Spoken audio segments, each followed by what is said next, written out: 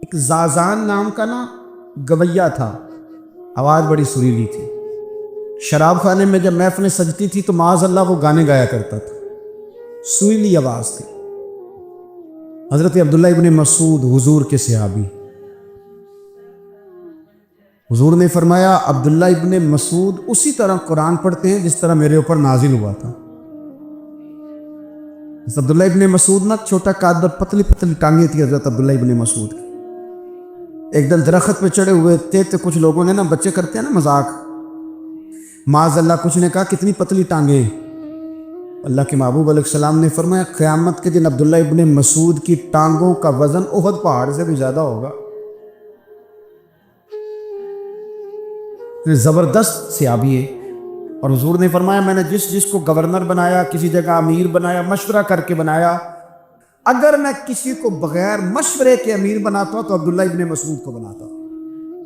حضرت عبداللہ ابن مسعود گزر رہے تھے تو وہ جو زازان نام کا گویا تھا وہ گانے گا رہا تھا، سریلی آواز کانوں میں آئی، کھڑے ہو کے کہنے لگے کون ہے؟ کہا جناب زازان نام کا گویا ہے۔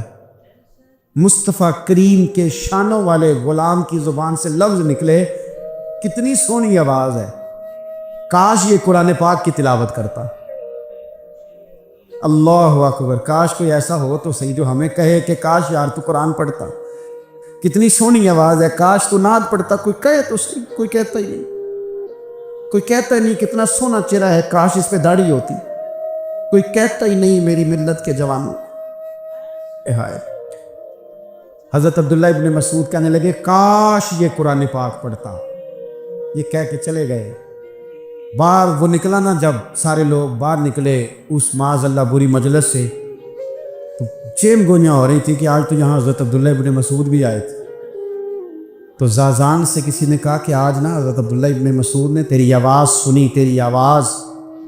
تو وہ کہہ رہے تھے کاش اتنی سونی آواز سے قرآن پڑھتا تو مزہ آتا، کاش۔ وہ کہنے لگا نبی پاک کے صحابی نے میرا نام لیا ہے، گویا ہو کے میرا ذکر کیا ہے، حضرت عبداللہ ابن مسعود نے میرا نام لے کے کہا کہ کاش میں قرآن پڑھتا۔ وہ میرے لیے کہا مصطفیٰ کے صحابی نے، حضور سے قرآن سیکھنے والے کی خواہش ہے کہ میں قرآن پڑھوں۔ دوڑے گئے، کدھر ملیں گے عبداللہ ابن مسعود؟ فلاں فلاں جگہ، غسل کیا، وضو کیا، پیروں میں لگ گئے جا کے، کہنے لگے سونیا جس کے قرآن پڑھنے کی تعریف مدینے والے کریں، وہ میرے بارے میں کہے کہ مجھے قرآن پڑھنا چاہیے تھا، آج سے میں نے ٹھوکر ماری سارے گانوں کو، سکھاؤ مجھے قرآن، میں قرآن ہی پڑھا کروں، میں قرآن پڑھوں گا، میں پڑھ پڑھ کے سناؤں گا، لوگ میری زبان سے اللہ کے کلام کی تلاوت سنا کریں گے۔ کوئی بیٹھا ہوا مجھے دور دعا دیتا ہے، میں ڈوبتا ہوں سمندر اچھال دیتا ہے۔ دیکھیں نا، انسان پر اگر کوئی شخص نیکی کر دیتا ہے، احسان کر دیتا ہے، تو انسان اس کے سامنے پھر گردن نہیں اٹھا سکتا، یار یہ میرے مشکل وقت کا دوست ہے، اس نے میرے ساتھ نیکی کی، کبھی بھی گردن نہیں اٹھائے گا، جھکا کے رکھے گا۔ تو اگر عام کوئی نیکی کر دے تو اس کے سامنے انسان کبھی گردن نہیں اٹھاتا۔ تو جو رب ساری نعمتیں عطا فرمائے، جو کہے کہ تیری تخلیق میں نے کی، تجھ سے پہلوں کو بھی پیدا میں نے کیا، تیرے لیے زمین کا بچھونا بھی میں نے بچھایا، آسمان کی چھت بھی میں نے لگائی، تیرے لیے زمین سے ساری اناج کو، پھل کو، کھیتیوں کو نکالا بھی تیرے لیے، اب تو اس طرح کر کہ تو میری عبادت کر، تو میری بارگاہ میں جھک جا۔ بہت سارے نشے لوگوں کو لگے ہوئے ہوتے ہیں، ہر آدمی کوئی نہ کوئی نشہ کرتا ہے، کوئی دولت کا کرتا ہے، کوئی شہرت کا کرتا ہے، کوئی اپنی تعریف کا نشہ کرتا ہے، دو چار لوگوں سے تعریف سن کے مطمئن ہو جاتا ہے۔ ناراض تو نہیں ہو گیا اس جملے سے؟ آپ کرتے ہیں لوگ دولت کا نشہ بھی، یہ جب نقصان ہوتا ہے تو بندے بیمار نہیں ہو جاتے، پیسے ڈوب جاتے ہیں تو لوگ بیمار نہیں ہو جاتے، تو اس کا مطلب یہ ہوتا ہے کہ نشہ ٹوٹ گیا ہے۔ اب بہک ہوئے ہیں نا تھوڑے سے تو کانپتے ہیں، تڑپتے ہیں، پریشان۔ نشہ ہی اسی طرح ہی کرتا ہے نا، نہیں ملتا تو پریشان ہوتا ہے، یہ سارے نشے ہیں، مختلف قسم کا نشہ. ہم مانتے نہیں اس بات کو، تسلیم نہیں کرتے، کیونکہ تسلیم کرنا بڑا مشکل کام ہے.